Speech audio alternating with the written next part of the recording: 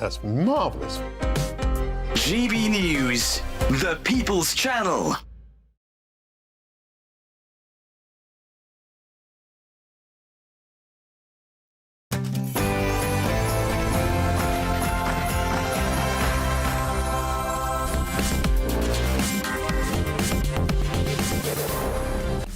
Good evening. Welcome to the Nigel Farage Christmas special here live from Maidstone.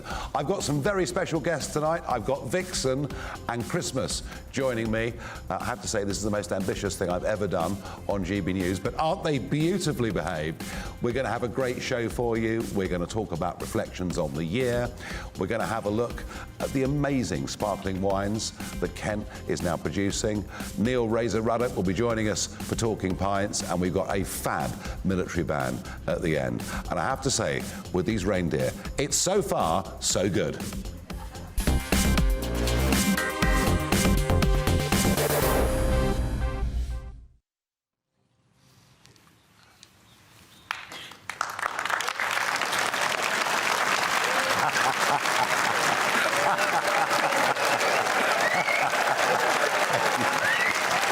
Thank you for coming. Thank you for being here.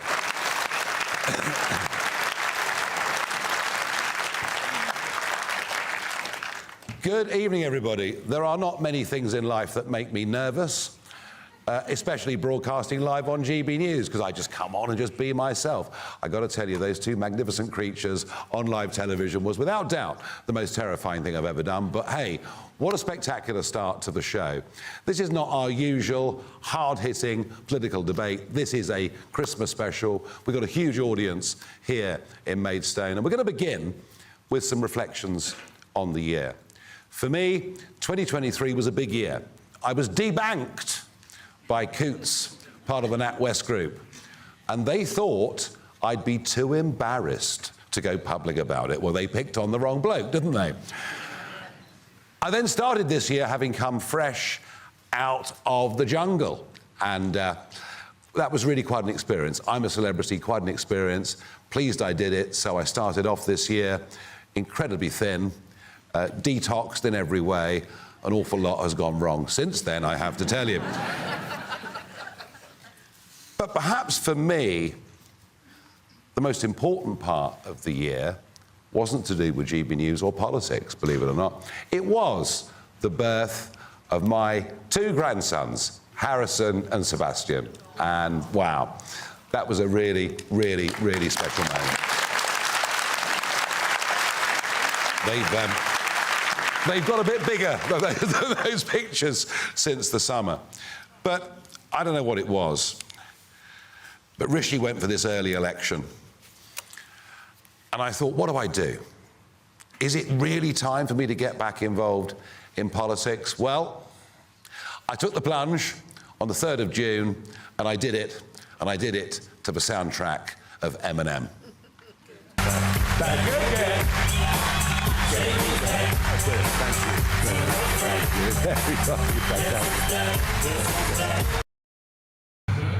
Oh dear, I really shouldn't be so understated, should I? I was also really thrilled, for the second year in a row, to get TV News Presenter of the Year from the Trick Awards, something that is voted for by the great British public, not chosen by the industry, because I wouldn't have had a chance with them. And I think the growth of GB News, the fact we're way ahead of the woke Sky News, which has become virtually unwatchable, the patronising BBC, and I think on this channel, I think what you get, if you watch us live, on catch-up, listen to us on the radio, I think what you genuinely get with this channel, you get both sides of the debate. And often it's very passionate, but we don't bar anybody. We don't believe in censorship. We believe we need to hear all these arguments, and we also believe that the audience at home are big enough and ugly enough to make up their own minds. And I think the success of GB News really is a revolution in broadcasting in this country. And you know, we've got nearly 500 people here, and all I did was mention twice on my show I was coming to Maidstone. This is a broadcasting phenomenon, and I honestly believe that GB News has only just begun. I really do. I really do. Now, I can't... Something else happened in politics this year that was quite a big deal. A great deal. The greatest. The best. And it was amazing. I mean, there, you know, day before a US presidential election, quite what I've got to do with it, I've absolutely no idea, but I get a shout out from the Donald. He was the big winner of the last election in the UK, and he's a very spectacular man, very highly respected, Nigel Farage.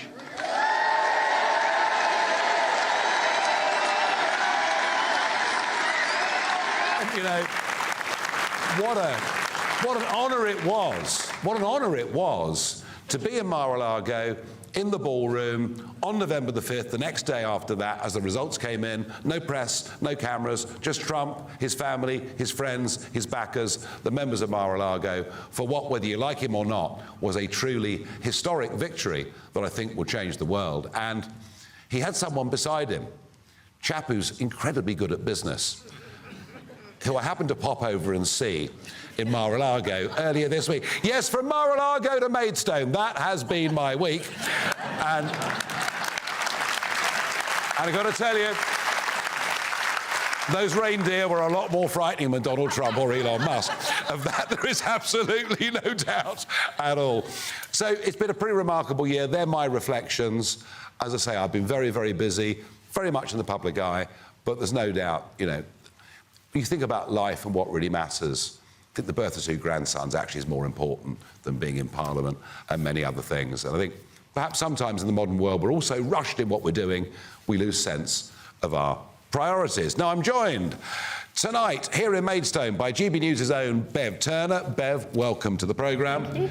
And Joe Phillips, Paddy Ashdown's former press secretary and a regular on this show. And Joe, and a local.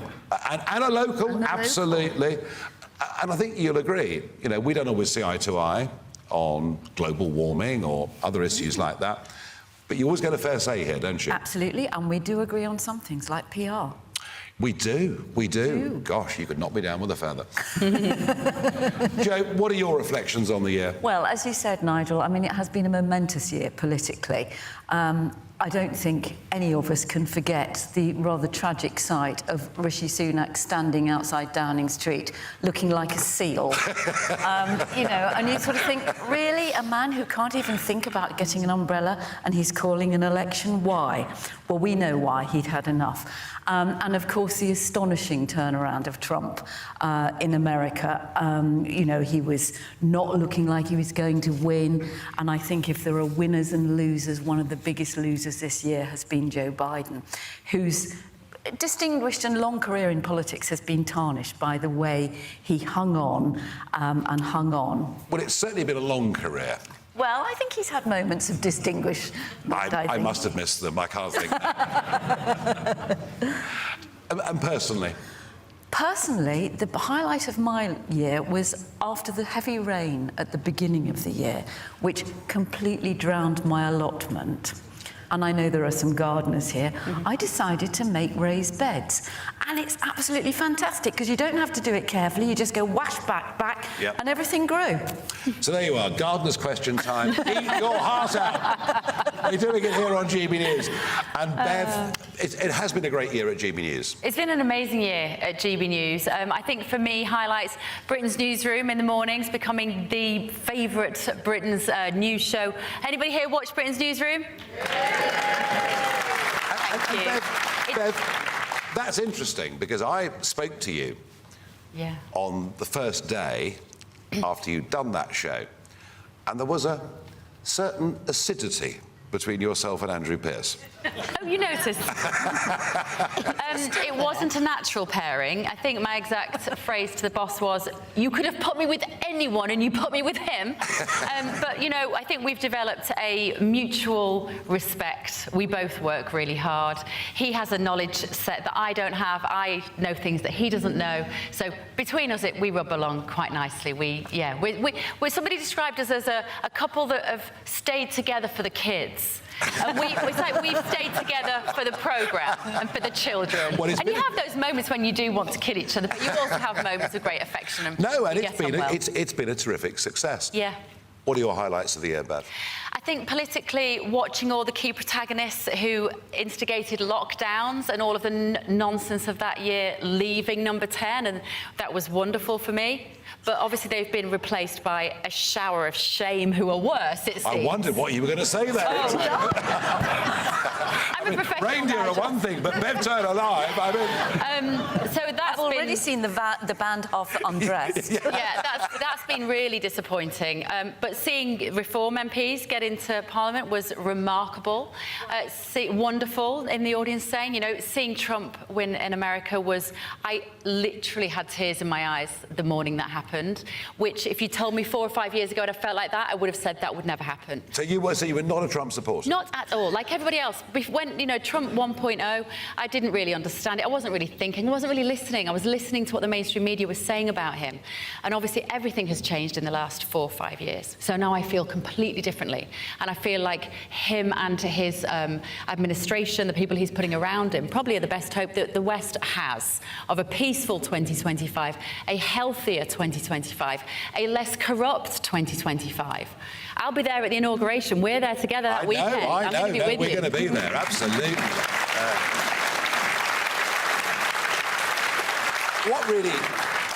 What struck me, Joe, this week at Mar-a-Lago was, well, number one, it's like the sort of court of Henry VIII. Yeah. You know, people queue up to meet him, and they were flying in from all over the world. Massa Sun from SoftBank, you know, stood up and said to the press, I'm going to put $100 billion into the US economy. I'm going to create 100,000 jobs. And Trump got to the microphone and rather than saying thank you, said, make it 200 billion. Yeah. To which Massa Sun said, he's a very good negotiator, this guy. But there was an all-pervading mood of optimism. And that wasn't just from big investors or big billionaires. It was from bar staff, it was from taxi drivers, a feeling that the US economy is going great guns, that their lives are going to get better. And I contrast that with the pessimism of this Labour government. Can you believe it? No, and I think the Labour government have been a great disappointment, even to people who voted Labour. You know, many of the problems are of their own making. Some of them aren't. They did inherit a black hole in the economy, we know that, and we know that there were 14 years of lack of investment in lots of things that we all rely on.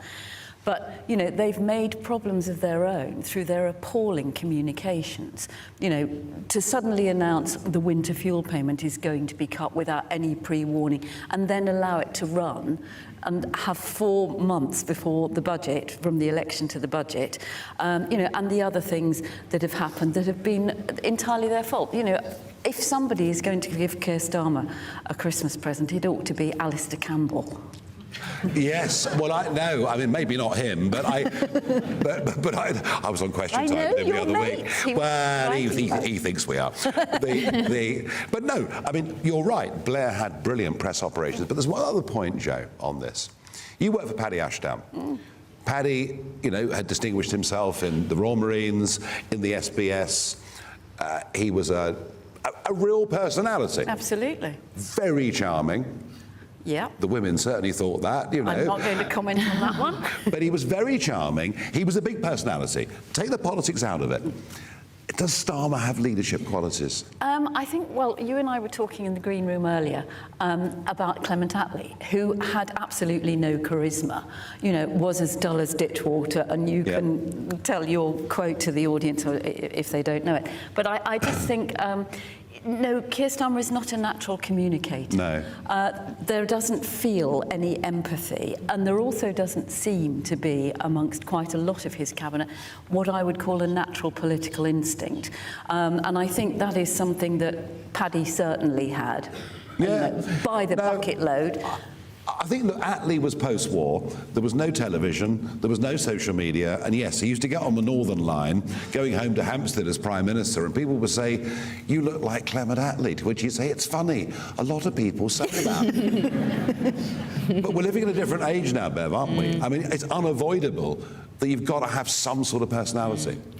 And I think that's what's been so interesting, actually, watching Trump and particularly talking about the meetings with Elon Musk. And you've said the same things about how so much of the younger generation are not watching linear TV. They're not watching the mainstream media. You know, my teenage daughter's here today. My teenage daughter just wants to be with Nigel Farage. Like, how did that happen? You've managed to capture the next generation who are going to be 18, 19 at the next election. They're I mean, it's genius. in their seats. I know, They're it's going just down thinking and down and down. But in terms of communicating with that next generation, and even, you know, my mum spends all her life on Facebook as well. Like, there are alternative media that we have to get through. The political messages get through very clearly there. Life has changed. Joe, Bev, I'm going to get you back in a few minutes to taste Kentish sparkling wines. Ooh, Not allowed to marvellous. call them champagne, but they may well be better. Some of them are. We'll be One. testing your palate in a moment. We're going to go to a break, and after that, we're going to give out some prizes to some local heroes, and we're also going to try and raise some money for a local dog rescue charity. See you in a couple of minutes.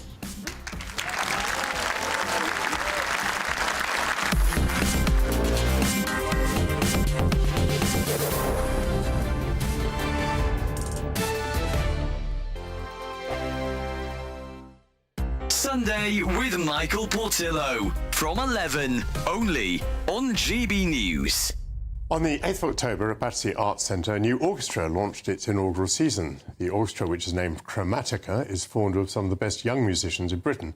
They're due to perform in traditional venues and in community spaces. The aim is to bring their youth and dynamism to a wide repertoire of music. Predominantly, they'll work with emerging conductors who will have the chance to shape the orchestra and its repertoire. To share her experiences of bringing the ensemble together, I'm joined by the violinist and Chromatica Orchestra lead, Maren Bosma. To what extent is this novel? To what extent is this new ground? Well, new ground, it is new ground in a sense that this is a completely new orchestra. Obviously, in the current sort of cultural climate, it's not really easy to set up a new orchestra. And so, in that sense, it's a novelty for us to kind of try and carve out our space in the current climate of musical orchestras and musicians in Britain. Yes, I mean, it's quite odd in a way to think of a new orchestra because the ones that we have tend to be struggling and numbers indeed have been reduced. I used to be associated with an orchestra which unfortunately went under. You've got some private backing for this. Yeah. Why do you think the private backers have been willing to give you support? What is it that they see as your unique selling proposition? Well, Chromatica Orchestra essentially is an early career orchestra. So we're formed of all sort of top musicians who've graduated in, say, the last sort of 5 to 10 years. Because everyone is of that generation, there is a sort of enthusiasm and dynamism that we bring to the stage I think is quite unique. The orchestra's mission, it's really focused on creating opportunities for young emerging musicians. GB News, the People's Channel. We're proud to be GB News, the People's Channel. And as you know, we always love to hear your views. Now, there's a new way of getting in touch with us at gbnews.com/yoursay. By commenting, you can be part of a live conversation and join our GB News community. You can even talk to me, Bev Turner, or any of the members of the GB News family. Every Saturday, 10 till 12, we'll bring you all of the news that you need to know. We'll also remind you that there is so much to smile about. It's my favourite time of the week. I get to relax, enjoy some light-hearted stories, and let Ellie teach me about fashion too. That's Saturday Morning Live, every Saturday, 10 till 12. Only on GB News, Britain's news channel. This is Britain's Newsroom, where your voice matters. It's just astonishing. With expert analysis and honest opinion, we don't just keep you informed. We bring you unique perspectives you won't see anywhere else. Can't argue with any of that. When the news happens, it happens here. On Britain's Newsroom, weekdays from 9:30 a.m. Only on GB News.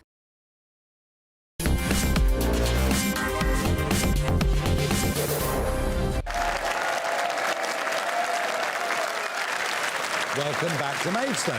Now, we asked the audience if they wanted to nominate. Did they want to nominate people in the audience who they thought ought to be called out because something special had happened or they'd done something? And we've picked a couple out of the hat. Now, the first one is Nancy Warren. And Nancy, it is your birthday. And that's why you've been chosen. So happy birthday. Nancy did not know this was going to happen.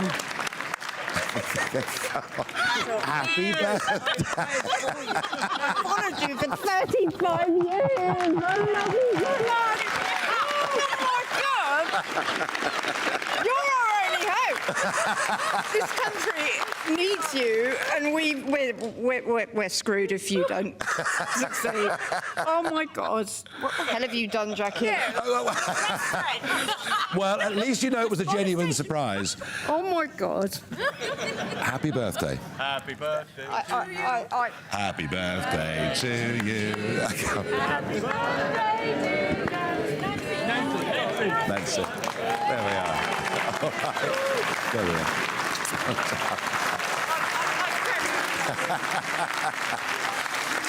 Well, there we are. Now, that was, folks, absolute proof that nothing here is... I'm going to go red. That was absolute proof that nothing here is staged, nothing here is pre-rehearsed. That was very, very real. Now, we've got a second person that's been picked out. And this is Sue Hogg. Toville Parish Councillor in Maidstone, keeps the community clean by doing regular litter picks on weekends, replenishes the town's flower pots, fundraises for big community Christmas trees every year. And Sue, this is absolutely amazing. The work that you do for you are a local hero. Tell me, we hear this term, parish councillor. Just how much is involved? We do it for the community, really. It's something that I joined because I care for the community that I live in. Yeah, isn't it a shame that more people don't? Yeah, it is a shame, but, you know, we get together as a community. That's what our Christmas tree's about. Good. And well, we decorate it for the community. And how many years have you been doing all this? Oh, quite a few years now. We started litter picks about 10 years ago, and we've done the Christmas tree about 4 years in a row. Well, congratulations. Without people like this, there aren't proper communities in our country. Well done, you. Thank you. And wait for it. There we are. Oh, yeah, okay. Thank you very much indeed. OK, now, let's move. We had a go with reindeers. Let's keep this moving and take risk. Last year, at the Christmas special, I highlighted the Birmingham Dogs Home, and they said they were struggling through lack of funds. Big national charities raise lots of money. Sometimes it's very much harder for local charities to raise cash. We did it last year for the Birmingham Dogs Home. Their website crashed that night. So many people were going online to help them. So this time we've chosen a local Kent charity. They're based in Edenbridge and Swanley. They're called Last Chance Rescue. Please welcome up here Jenny Mansfield and Rebecca Barker. No, really?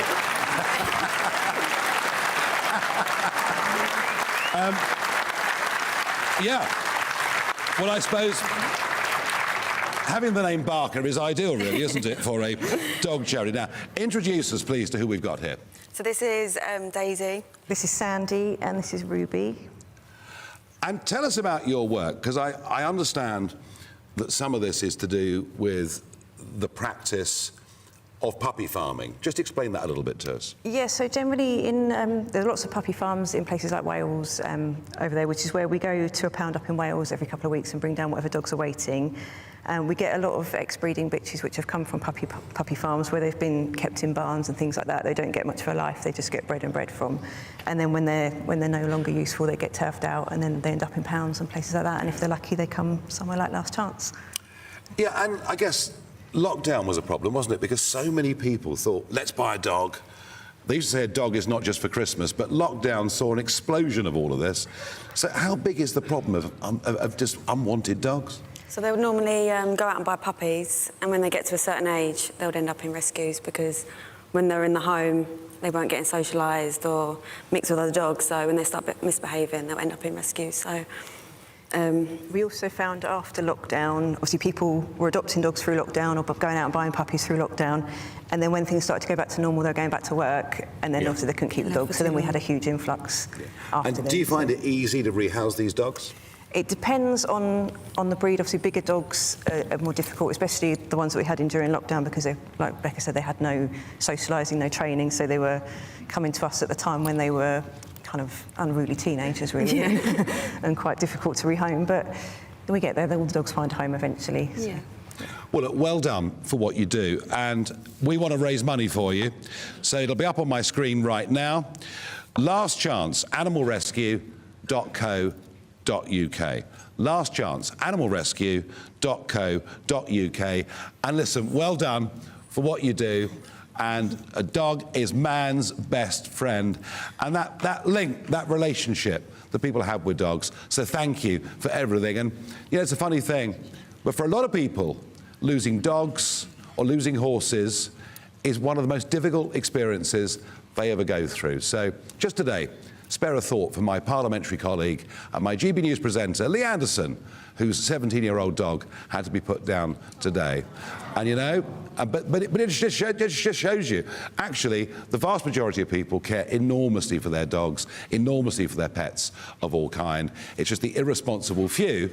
And it leaves these guys having to pick up the pieces. So, last chance, thank you very much indeed. Give them a round of applause, ladies and gentlemen. OK. We are, in a moment, after the break, we're going to bring back Bev and Joe. They're going to have a blind tasting of Kent-produced English sparkling wines. And I'm going to find out which of them has the best palate. Back with you in a couple of minutes.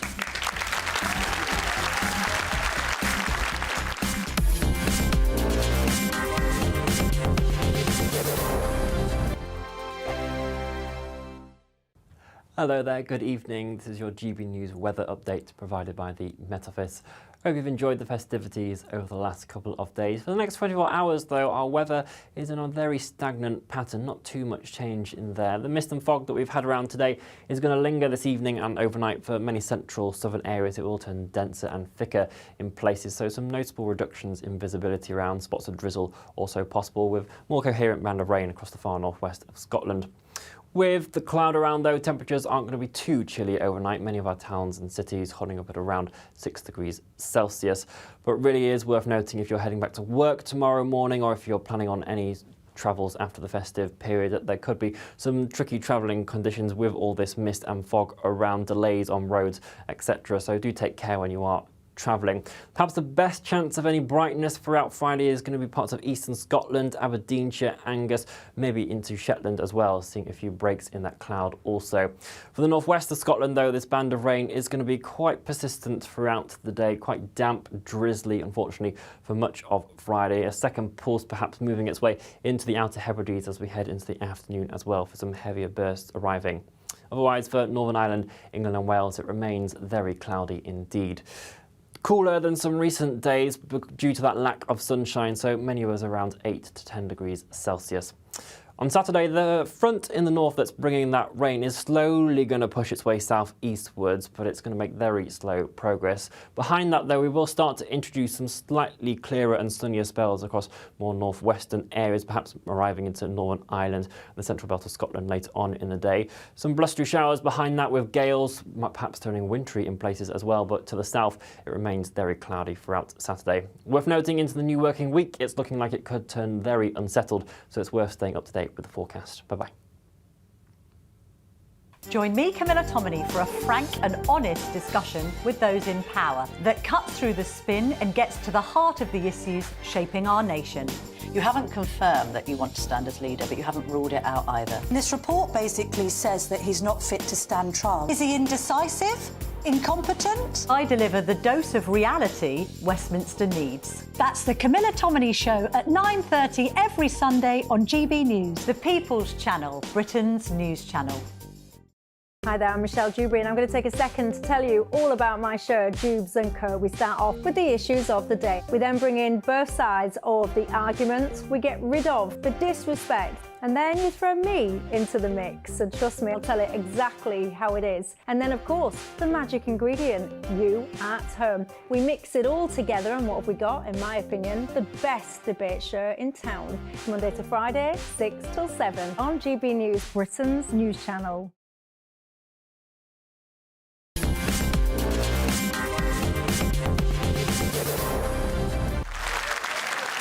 So,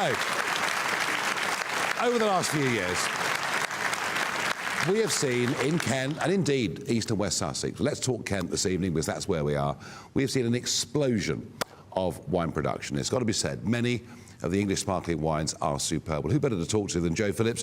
Joe, your farmer was a Kent farmer.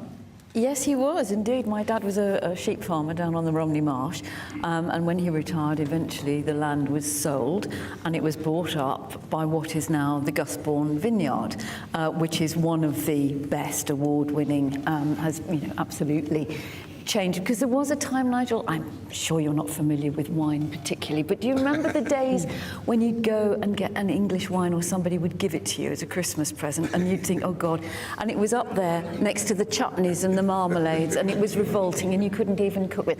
And it's absolutely transformed. And of course, round here is amazing. I can't remember how many vineyards there are in Kent, but they are all good. Chapel Down, Gusbourne, there's ones at Tenterden.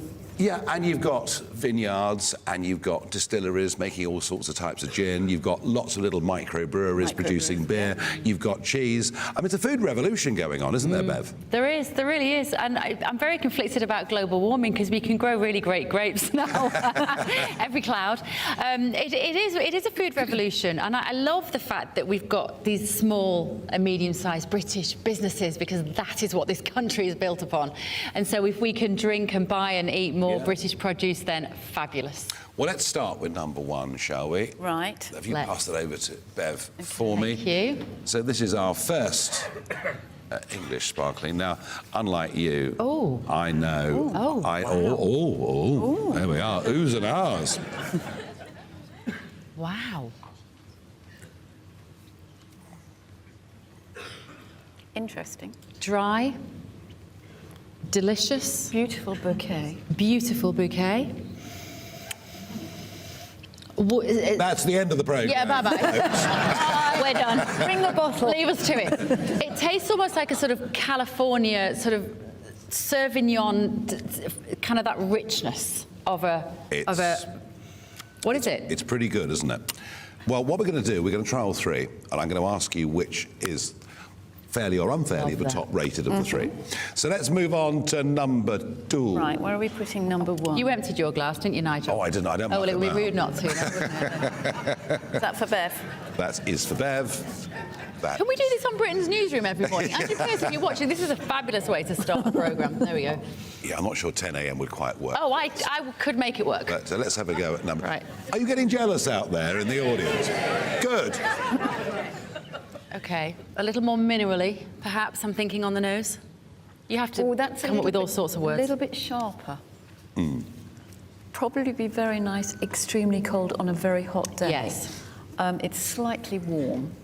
Just nobody's complaints to the production. It's slightly warm. I wouldn't say it's warm, but it's just not... But it's not as cold as it It's should not be. super chilled, yeah. But it's... a little bit more metallic. I don't mean that in a bad way, but it's a little bit more... Yeah, I preferred number one, if I'm honest. Okay. Number one felt like sunnier climate. OK. Kind of rich. Fine. Okay. We'll drag those back from you, and... Come on, Bev. This is...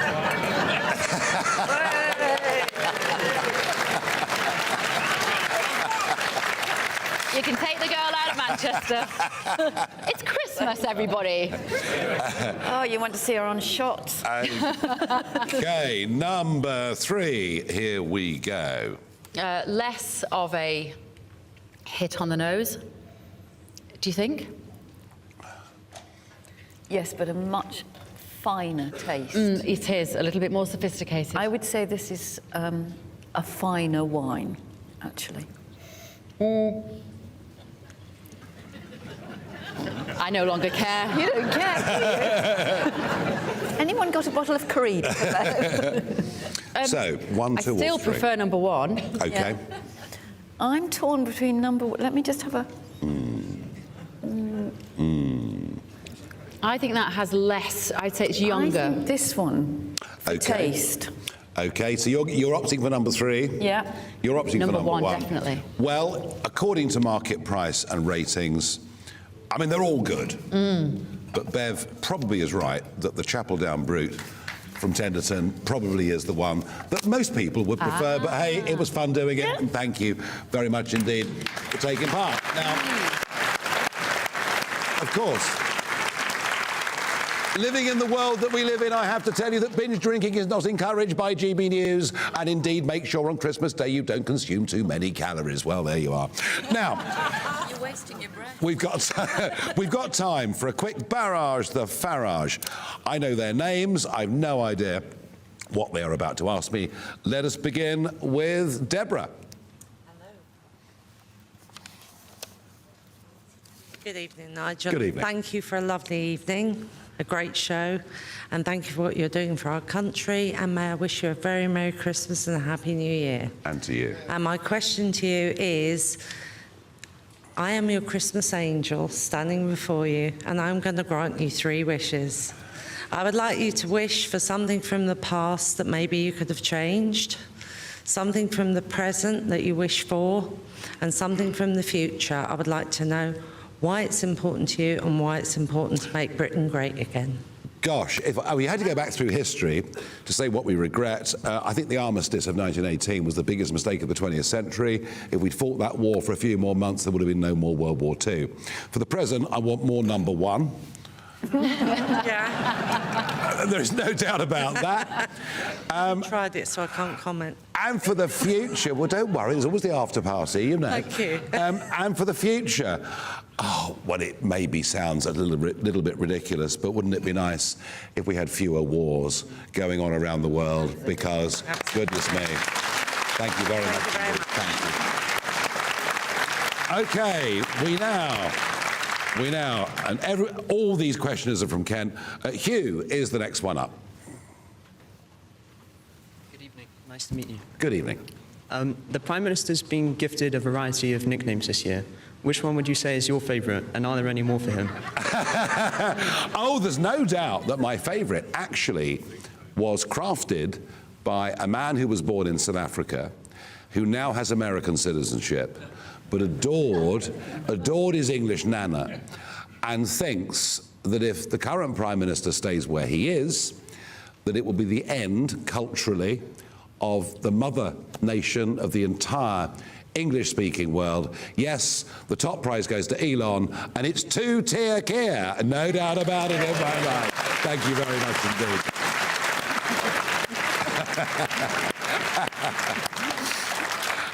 And lastly, we have Stephen. Good evening, Nigel. Good evening. Good to see you. Good to see you. No, just a quick question, really. Hot topic, most people's Christmas days. Is Christmas lunch better served without Brussels? Well, it's a very good question. I have to say, I rather like Brussels sprouts. And there are parts of Brussels City that are okay, the ancient Flemish bit. But I have to say, leaving the European Union, for me, was a liberation. For Joe, it was a disaster. But the worst of it is, we made this decision over 8 years ago, and we now have a Prime Minister who wants to take us ever back closer to a failing group of economies, and it makes me very, very angry, I can tell you.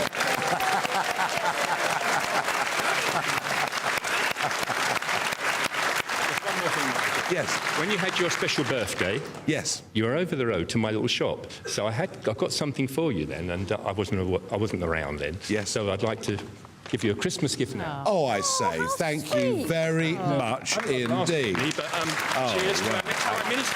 Well, thank you very much indeed. And I tell you what, I tell you what, I love ties. I try and wear a different Nigel, one. how many ties have you got? About 250, 300. Are you the Imelda Marcus of gentlemen's A lot of them are club ties and things like that, but yeah, I probably am. Let's have a look. But Are they colour organised? Have you got them organised in colour in your wardrobe? Yeah, when I get back home in an organised state, these all look magnificent. Oh, these are going to be great. Oh, thank lovely. you. I have to say, Stephen, thank you, and thank you for reminding me that I was 60 years old this year. But thank you very much indeed.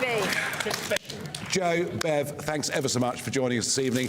We are going to do Talking Pints in a moment with a man who's lived in Ashford for most of his life, Neil Razor Ruddock, as he was called on the football field, but now a reform character. He's going to tell us all about it in just a moment.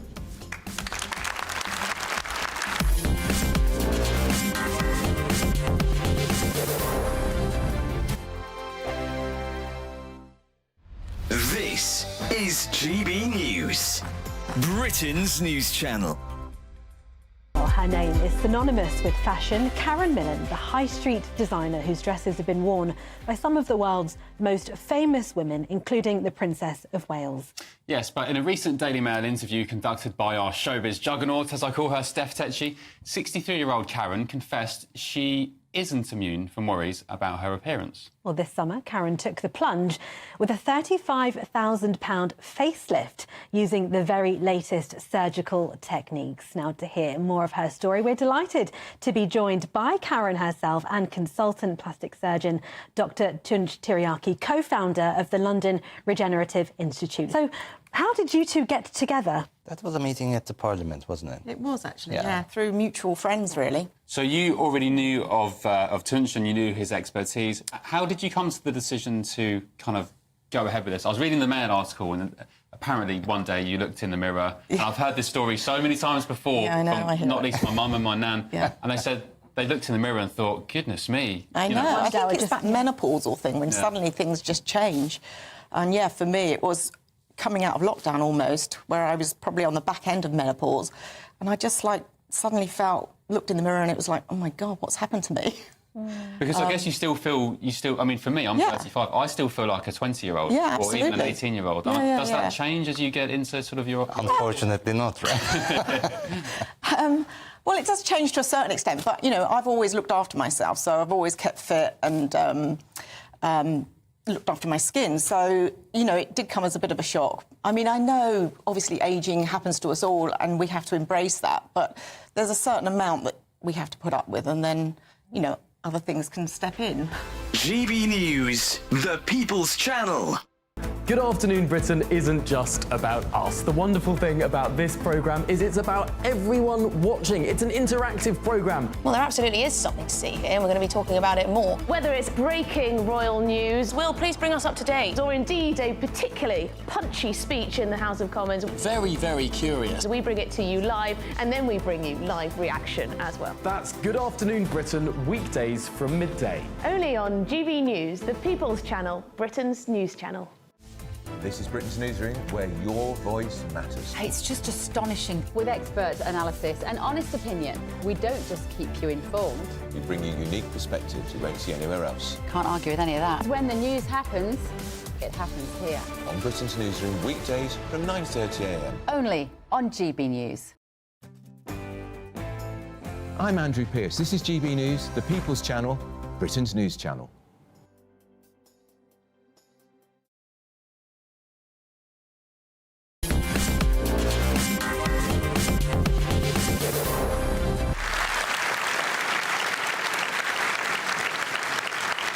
It's time for Talking Pints. I'm delighted to be joined by Neil Ruddock. Neil, welcome to the programme. Cheers. Cheers, mate. Can I just say, I've been excited all day because it's not every day that you meet the next Prime Minister, is it?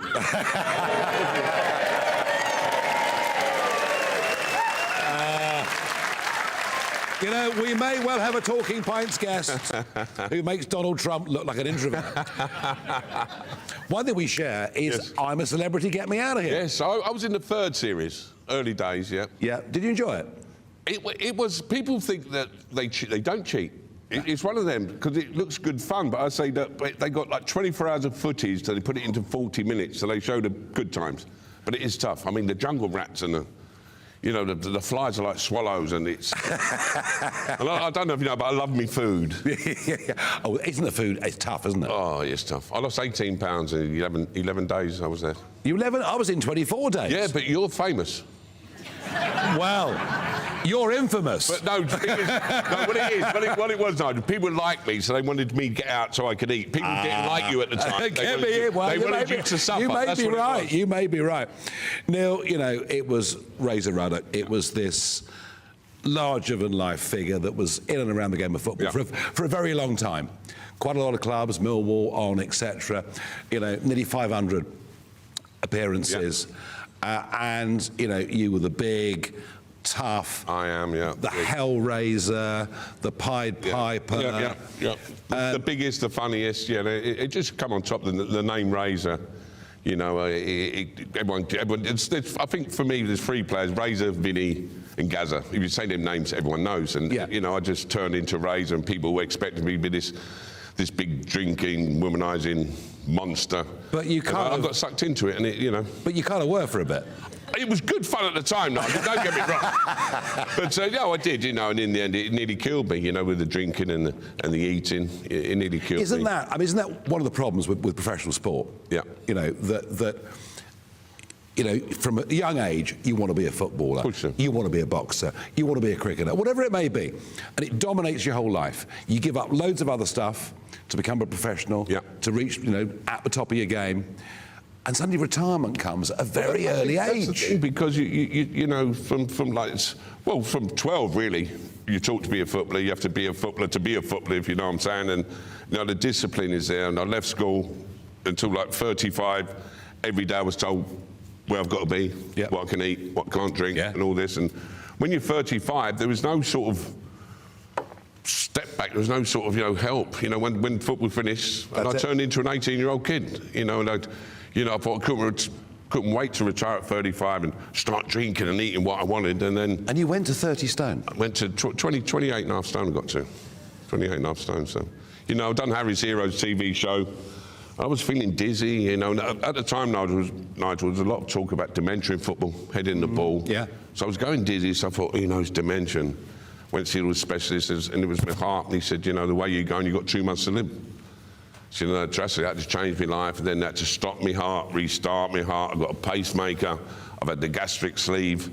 If it weren't for doing that TV show, because I'd given up on myself, basically. I'd just given up. And without doing that TV show, I wouldn't be here today. Now, you've written a book about your experience. Toxic. It's available on all good bookstores. And I forgot to bring one. I know. I would have plugged it. Happy birthday, you'll get one as well. And it's all about, and you call it Toxic. Yeah. Tackling Razor and finding the real me. Is this the real you? It is the real me, but back in the day, I used to go out and get drunk just to get drunk, drink anything just to get drunk. Now, I think at a certain age, you understand when I say a certain age. Oh, I'm older than you. I know you are. I've Googled you. Don't worry. And now I go out and, and I have a drink. I enjoy a pint of Guinness because I enjoy the taste. But I can have 2 pints, I can go home. Yeah. Whereas before, there was no going home, and I've got a beautiful wife, Leah. She was the one who gave me the kick up the backside and got me to see specialists. And, so my life's good. I live in Ashford, moved down here as a kid. I've got Kingsdorf Golf Course on my doorstep. I'm ambassador to Ashford United Football Club. So I've got everything. I've got me golf, I've got me football, and I enjoy a pint every now and then. So my life's good at the moment. You've got things sorted out. And you look at the modern game of football. Can you believe the money in it now? That's good, though, isn't it? Yeah, well, you missed it, didn't you? I was all right. Yeah. I was earning more than a week than my brother's earning in the year. But the thing is, footballers now are getting 400 grand a week, 5-year contract. I'd have done 6 months, Nigel, right? I'd had 6 months of that. I'd gone to see the manager and gone, it's not for me anymore. What are they going to do? They're going to give you more money, isn't it? I've had 6 months. I've been a millionaire. I thought, I ain't far. I'm giving up, Gaffer. This ain't, I'm going to buy an island somewhere. And how do you assess the game now? VAR spoiled it for me, Nigel. It's just stop-start. I can't remember the last game I watched for 90 minutes on TV. Something happens, and I'm not a big fan of Arsenal. I'm not the biggest fan of Arsenal. No. Is there any Arsenal fans here? Exit.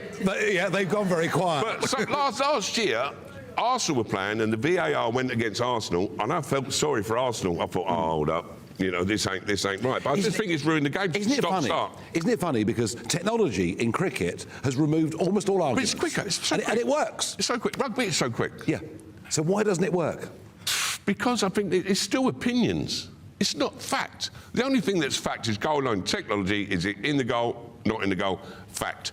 Penalties, offsides is still like that, but penalties, it's still human error. It's not absolute fact. So it's all still being argued over. I mean, the greatest thing about football was, before VAR, you go in the pub after, so that was offside. No, it weren't, because the referee didn't give it. Do you know what I mean? That was the fun, and that was the excitement of going down the pub when you just beat your mates at football who they supported. You're a Palace fan.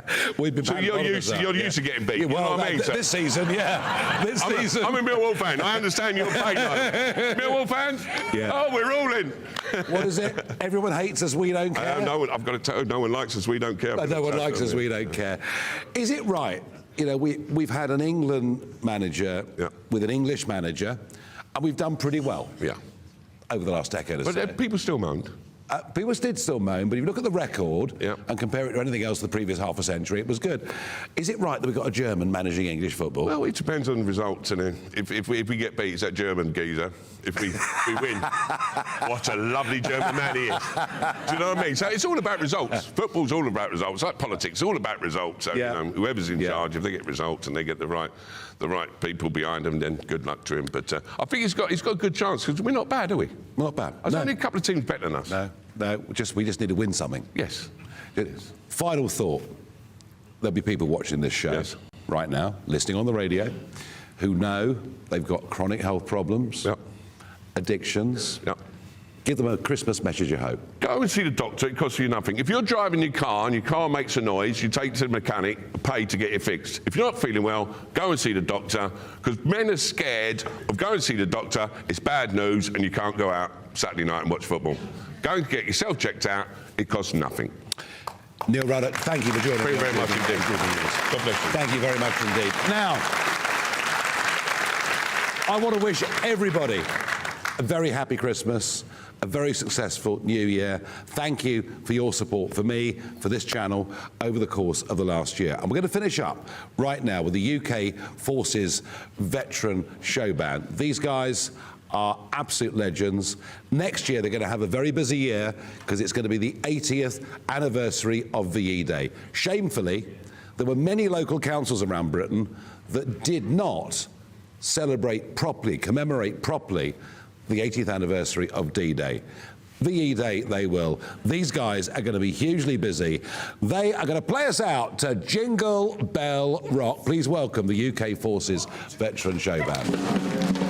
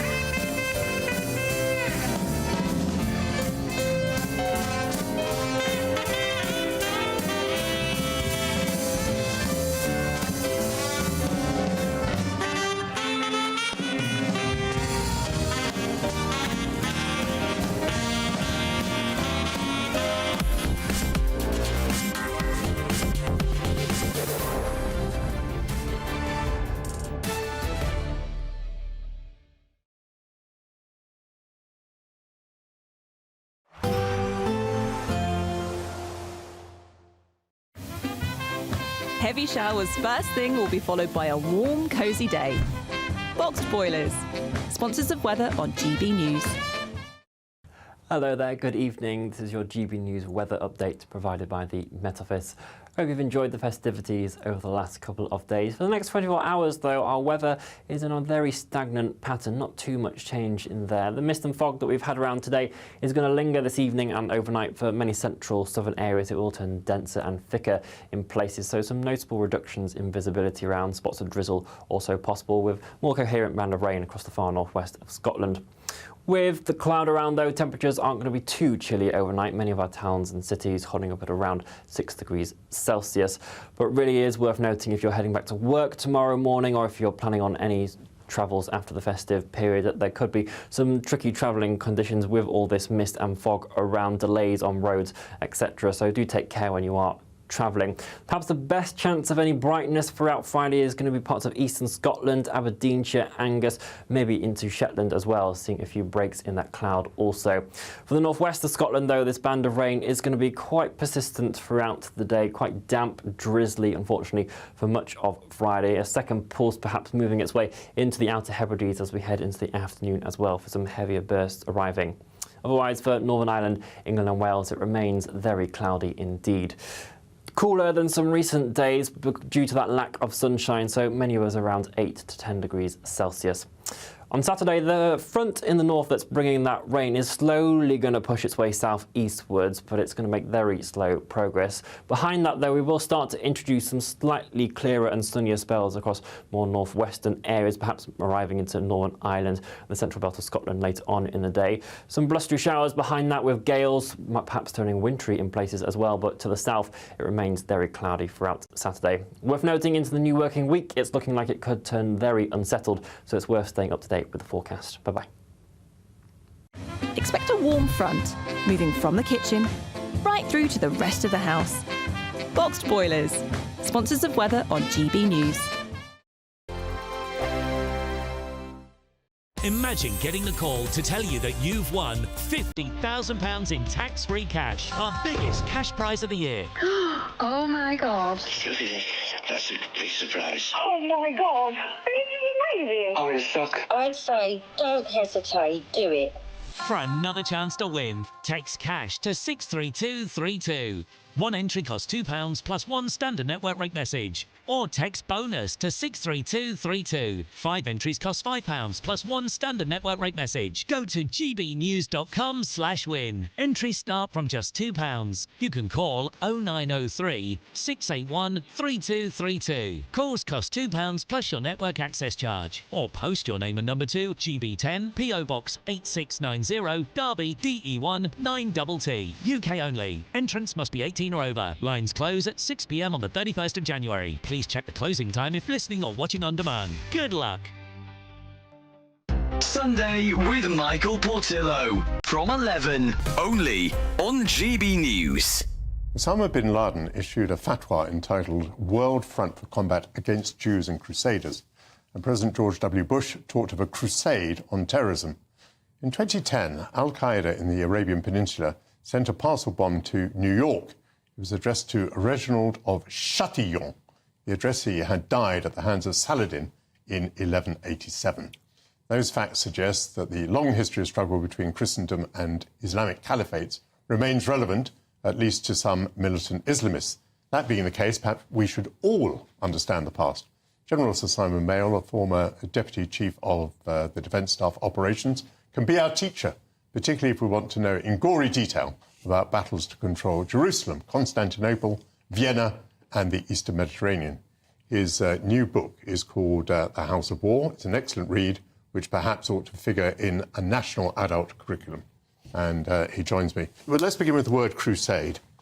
What was it that drove Christians around Europe to want to cross to the Holy Land and seize Jerusalem? Context and timing is really important to understand. It's been rather stereotyped as Christian aggression against peace-loving Muslims.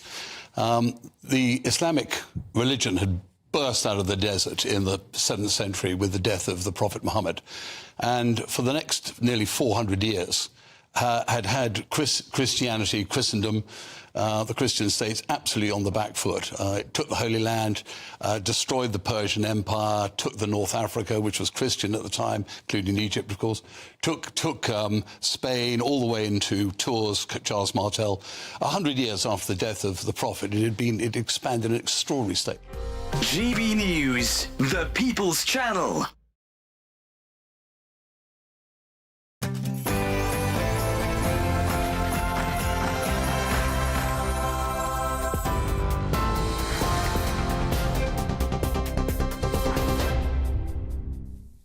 Very good evening to you. The top story tonight. Well, US officials say there are early indications that a passenger plane that crashed, killing 38 people, was downed by a Russian air defence system.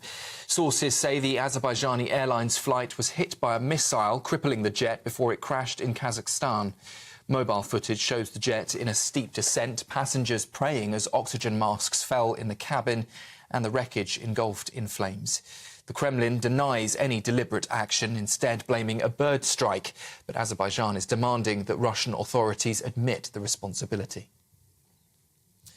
451 migrants crossed the English Channel illegally on Christmas Day, according to official figures from the Home Office. 6 more small boats carrying at least 250 migrants have also reached UK waters today. The latest arrivals have been brought to the Border Force Processing Centre in Dover. And with calm weather conditions expected to continue, Border Force says it is on heightened alert for potential surges in further crossings.